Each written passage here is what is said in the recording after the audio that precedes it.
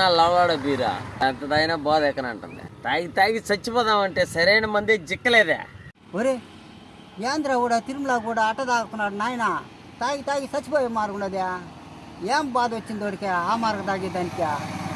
పోయి కనుక్కున్నాం.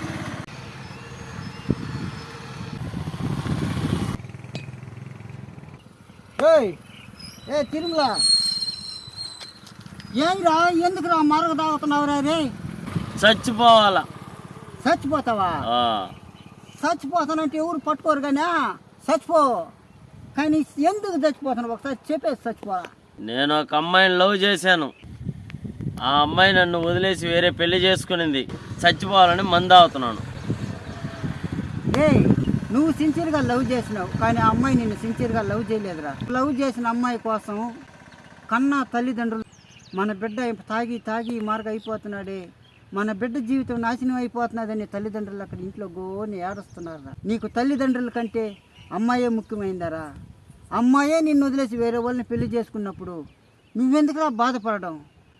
వయసు అయిన కాలంలో ఆ కన్న తల్లిదండ్రులు మనకొక కొడుకున్నాడు, వాడు మనకు తలకూరి పెడతాడు అనేసి నమ్ముకున్నారా నిన్నే. నువ్వు తలకూరి పెట్టాల్సింది వాళ్ళు నీకు తలకూరి పెట్టాలనుకుంటున్నావే.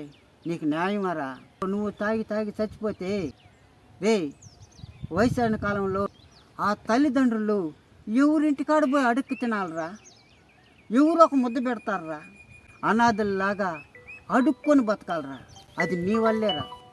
జరిగిపోయింది వదిలేసి నీ కన్న తల్లిదండ్రుల కోసం బతికేది చూడరా. జీవితం అంటే మనల్ని నమ్ముకున్న వాళ్ళని లాస్ట్ వరకు కన్నీళ్ళు పెట్టుకుంటూ చూడడమే జీవితం.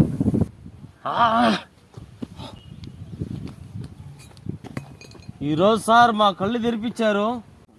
ఇంకో మాట నేను తాగను. ఆ అమ్మాయిని తెలుసుకోను సార్. నేను నన్నే నమ్ముకున్న మా తల్లిదండ్రుల్ని బాగా చూసుకుంటాను సార్. ఓకే శభాస్రా. అందరూ నీలాగే ఉండాలిరా. దేశం బాగుపడుతుంది. సరే సార్. వదరా.